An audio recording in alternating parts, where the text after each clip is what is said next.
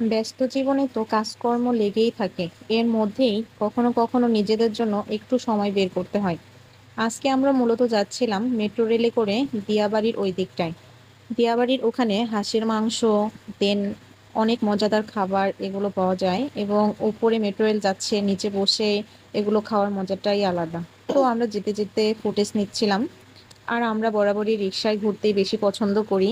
তো যাওয়ার সময় আমার কাছে আকাশের ভিউটা অনেক বেশি ভালো লাগছিল, রাস্তাটাও আজকে পুরো ফাঁকা ছিল। এই জন্যই ফুটেজ নিলাম আপনাদের সাথে শেয়ার করার জন্য। আমরা কোথায় কোথায় গিয়েছি, কি কি করেছি, সবকিছুই আমরা আপনাদের সঙ্গে শেয়ার করব। তো যেতে যেতে আমি এই ফুটেজটা নিচ্ছিলাম, এটা মূলত ঢাকা ভার্সিটির এরিয়া দিয়ে যাচ্ছিলাম। তো দেখেন জাস্ট কতটা ভালো লাগছিল।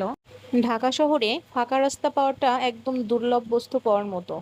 আমি বরাবরই মুক্ত আকাশের নিচে যখনই ফাঁকা পাই নিজেকে মেলে ধরতে চেষ্টা করি। আমিও হাতটা বাড়িয়ে দিলাম খোলা আকাশের নিচে। কোথায় কোথায় ঘুরলাম, কি কি করলাম সবকিছু শেয়ার করব পরবর্তী ব্লগে।